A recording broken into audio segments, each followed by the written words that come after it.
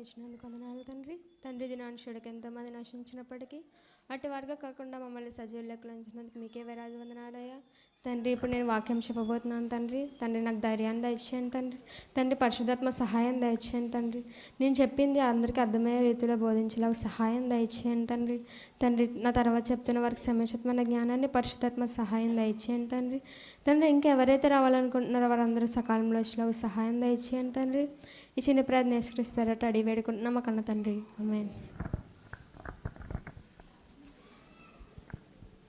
ప్రియులారా, మనకు వచ్చిన పరిస్థితుల్లో కానీ మన లైఫ్లోని ఉండే ప్రాబ్లమ్స్ కానీ ఎప్పుడు శాశ్వతంగా ఉంటాయా? లేదు. మన లైఫ్లో వచ్చే ప్రతి ప్రాబ్లం, ప్రతి పరిస్థితి కూడా మారుతూ ఉంటుంది. మనం ప్రతిదీ ఫేస్ చేస్తూ వచ్చాము. ప్రతిదీ మారుతూ ఇప్పుడు సుఖంగా ఉన్నామంటే తర్వాత కూడా అదే సుఖాలు కంటిన్యూ అవుతాయా? లేదు కదా. మన లైఫ్లోని సుఖాలు ఉంటాయి, కష్టాలు ఉంటాయి. మన లైఫ్ అనేది చాలా మార్పులను కలిగి ఉంటుంది. ఫస్ట్ ఎలాగున్నామో అలా ఉండవు. అది తెలిసి కూడా మరి మనం ఎందుకు ఇన్ని బాధలు పడుతున్నాము? ఎవరైనా చెప్పగలరా? ఎందుకు బాధపడుతున్నాము? ఎందుకు ఇన్ని కష్టాలు పడుతున్నాము?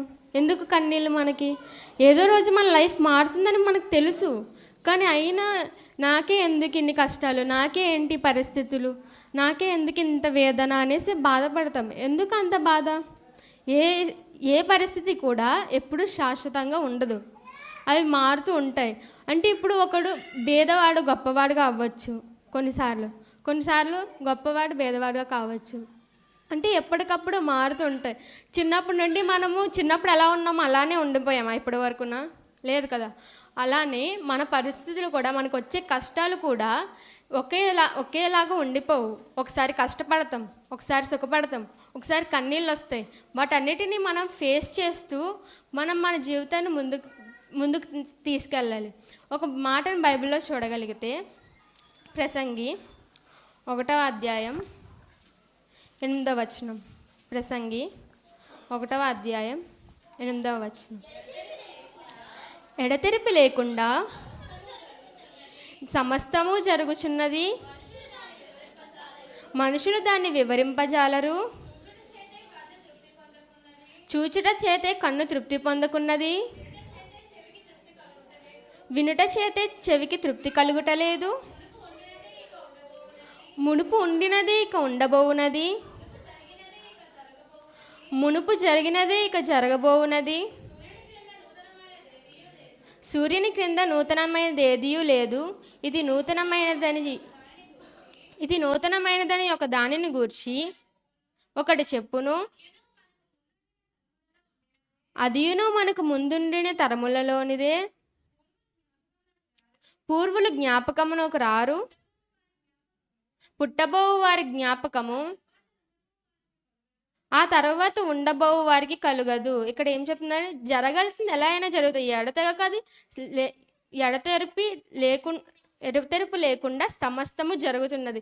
ఎలా జరగాలని ఉంటే అలానే జరుగుతుంది, ఎలా ఉంటే అలానే ఉంటుంది. అప్పుడు మనం ఎందుకు ఇన్ని కష్టాలు ఇంతలా బాధపడి నా లైఫ్ ఎందుకు ఇలా ఉంటుంది, నేనే ఎందుకు ఇలా పడాలా? అందరూ ఉన్నారు కదా, వీళ్ళు ఎవరికైనా రావచ్చు కదా ఇన్ని కష్టాలు, నాకే ఎందుకని ఊరికి బాధపడుతూ ఉంటాము. అది కాదు, ఇది లైఫ్. ఎడతెరిపి ఎలా జరగాలన్నది అలాగే జరుగుతుంది. ఇంకో మాటని చూడగలిగితే 2వ అధ్యాయం 10వ వచనం.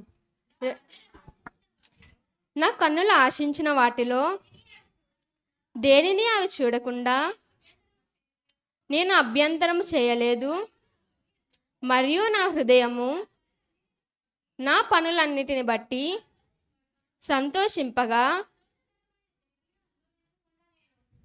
సంతోషకరమైనది ఏది అనుభవించకుండా నేను నా హృదయమును నిర్బంధింపలేదు. ఇదే నా పనులన్నిటి వలన నాకు దొరికిన భాగ్యము. ఇక్కడ ఏంటంటున్నారు? నేను నా కన్నులు ఏం చూడాలనుకున్నా వాటిని నేను అభ్యంతరం చేయలేదు. ఏం చూడాలనుకున్నా అది చూశాను. ఇంకా నా సంతోషం కోసం నా హృదయం ఏం చేయాలనుకున్నా నేను నిర్బంధించలేదు. ఎంత ఆనందాన్ని అనుభవించి కిందకు వచ్చేసరికి ఏం చెప్తున్నాడు చూడండి. అప్పుడు నేను చేసిన పనులన్నీ, వాటి కొరకై నేను పడిన ప్రయాసం అంతయు నేను నిదానించి వివేచింపగా అవన్నీ వ్యర్థమైనవిగాను, ఒకడు గాలికి ప్రయాసపడినట్లుగాను అగును అగుపడెను, సూర్యుని క్రింద లాభకరమైనది ఏదియూ లేనట్టు నాకు కనబడెను. అంటే ఇప్పుడు నా కళ్ళు నేను అది ఆశించినట్టు నేను చూశాను. ఇంకా కిందన హృదయము దేని వల్ల ఆనందింపబడుతుందో అవన్నీ నేను చేశాను. ఎంత ఆనందాన్ని పొందుకొని తర్వాత ఏం చెప్తున్నాడు, ఈ అంత చేసిన ప్రయాస అంతా వ్యర్థమే, ఎటి గాలికి ప్రయాసపడినట్టే. మన లోక సంబంధమైన వాటి కోసం ఆశపడి ఎంత ప్రయాసపడతాము, ఎంత ప్రయాసపడి అదంతా వ్యర్థమే. అదేదో ఆత్మ సంబంధంగా మనం ప్రయాసపడితే మనకు పరలోకమైన వస్తుంది. కానీ లోక సంబంధమైన వాటి కోసం ప్రయాసపడి అది దొరకక బాధపడతాం. ఎందుకంత మనం ఆత్మ సంబంధంగా వాటి కోసం బాధపడి ప్రయాసపడితే ఇక్కడ బాధ అనుభవించవచ్చు. కానీ పరలోకం వెళ్ళాక మనకి ఆ బాధ ఉంటుందా? శాశ్వతమైన లోకాన్ని ఇస్తాడు. ఈ అశాశ్వతమైన లోకంలోని అది కావాలి ఇది కావాలని ప్రయాసపడతాం. ఈ ప్రయాస వలన మనకి ఏం కలుగుతుంది? ఏమీ రాదు. మనం బాధపడతాం. ఏమైనా రాకపోతే ఇది చాలా డిసప్పాయింట్ అవుతాము. ఇప్పుడు మన లైఫ్లో ఏమైనా కావాలనుకుంటే అది రాకపోతే ఎంత బాధపడతాము? అలాంటి అశాశ్వతమైన ఈ లోకంలోని వచ్చే వాటి కోసమే అంత బాధపడతాం. శాశ్వతంగా వచ్చే పరలోకం కోసం ఎవరైనా ప్రయాసపడుతున్నారా? ఎవరైనా ఒక్కరైనా ప్రయాసపడుతున్నారా? ఇప్పుడు ది గ్రేట్ అలెగ్జాండర్ ఉన్నారు. ఆయన ఏంటి, ఈ లోకాన్ని శాసించారు, ఈ లోకాన్ని పరిపాలించారు. ఈ లోకంలోని దేశాలన్నీ ఆయన చూసి ఎంతగానో భయపడేవారు. ఆయన ఒక చిన్న దోమకాటుకి చనిపోయారు. ఆయన చనిపోయే ముందు చెప్పారంట, నా చేతుల్ని బయటికి చాచి నన్ను పూడ్చండి అని చెప్పారు. అంటే ఏంటంటే, నేను చనిపోయి ఇంత రాజభోగాలు అనుభవించాను, ఎన్ని దేశాల్ని పరిపాలించాను, కానీ చనిపోయాక నేను ఏమీ తీసుకెళ్లకుండా వెళ్ళిపోయాను అనేసి చెప్పడానికి ఆయన అలా చేస్తారు. అంటే ఏంటి, ఇప్పుడు మరి ఈ లోకంలో ఎన్ని అనుభవించి ఎన్ని కావాలని కోరుకుంటాం, చనిపోయాక మనకి ఏమొస్తుంది? ఏమీ తీసుకెళ్ళలేము. మనం అదే ఆత్మ సంబంధంగా బ్రతికే ఉంటే మనకి పరలోకమైన వస్తుంది. అదే లోక సంబంధులుగా ఉంటే మనకి ఏమొస్తుంది? పరలోకం వస్తుందా? ఏది శాశ్వతం కాదు. మనం లోక సంబంధంగా మనం బ్రతికి వాటి కోసం ప్రయాసపడినా అది వ్యర్థమే అని చెప్పారు. అలాగే మనం ఏ పరిస్థితులు అయినా వస్తాయి మనకి, ఆ పరిస్థితులు శాశ్వతంగా ఉండవు ఏదైనా. అంతెందుకు బైబిల్లో చూడగలిగితే యోసేపు గారు ఉన్నారు.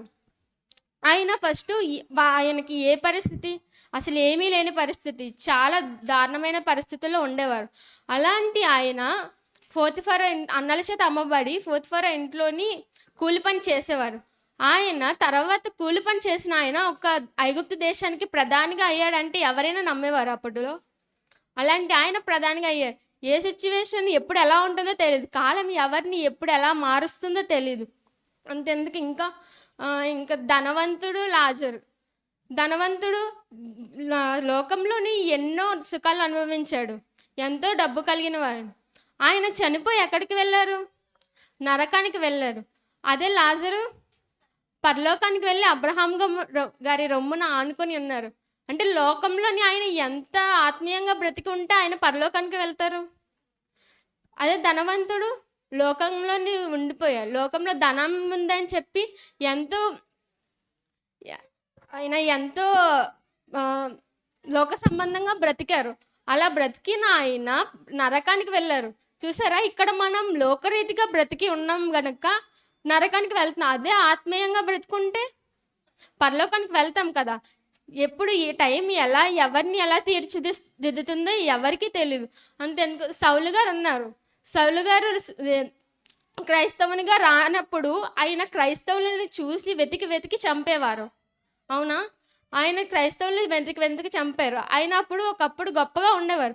అదే క్రైస్తవునిగా అయ్యాక శ్రమలు పడ్డారు, ఎన్నో బాధలు అనుభవించారు, ఎన్నో ప్రయాణాలు పౌలుగా అయ్యి ఎన్నో బాధలు అనుభవించారు. అయినా ఆయన మంచిగా బ్రతికి దేవుని కోసం బ్రతికారు. ఎన్ని శ్రమలు పడినా భూమి మీద అంటే దేవుని కోసం ఎన్ని శ్రమలు పడినా తర్వాత మరణించాక పరలోకం అనేది మనకి కలుగుతుంది. ఇంకా బైబిల్లో ఒక మాట చూడగలిగితే ప్రసంగి 10వ అధ్యాయం 14వ వచనం, కలుగబోవున్నది ఏదో మనుషులు ఎరగక ఉండెనను, బుద్ధిహీనులు విస్తారంగా మాట్లాడుదురు, నరుడు చనిపోయిన తరువాత ఏమి జరుగునో ఎవరికి తెలియజేతురు? చూసారా, ఎవరికి కలగబోనేది ఎవరికైనా తెలుసా? ఏం జరుగుతుందో ఎవరికైనా తెలుసా? ఎప్పుడు ఎలా ఉంటుందో తెలుసా? మనం ఇప్పుడు ఉన్నాము అంటే తర్వాత క్షణములు ఉంటామో ఉండమో కూడా తెలియదు. ఇంతలో కనబడి అంతలో మాయమైపోయే ఈ జీవితాల కోసం మనం ఎంతో ప్రయాసపడుతున్నాం. లోక సంబంధమైన వాటిని ఆశించి ఎన్నో బాధలు పడుతున్నాం. అదే దేవుని కోసం బ్రతుకుంటే మనకు అలా ఉంటుందా? ఇక్కడ మనం మరణించిన ఇక్కడ ఎన్ని బాధలు పడినా కానీ పరలోకం వెళ్ళాక మనకి పరలోకం శాశ్వత లోకం అనేది కలుగుతుంది. ఇంకో మాట చూడగలిగితే ప్రసంగి 12:13 ఇదంతయు వినిన తరువాత తేలిన ఫలితార్థం ఇదే,